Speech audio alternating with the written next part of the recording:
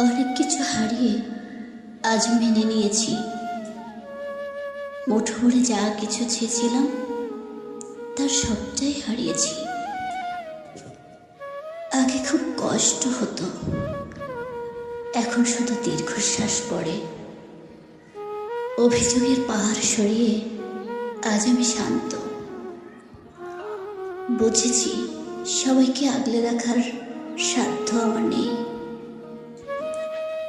যাদের আপন ভেবেছিলাম তারা আজ অনেক দূরে। তাদের ফেলে আসা পথে আজ ধুলো জমেছে। আমি আর ফেরার অপেক্ষায় প্রহর গুনি না। শূন্যতাকে এখন নিজের ঘর বানিয়ে নিয়েছি। হারানোর শোক এখন আর আমায় পোড়ায় না।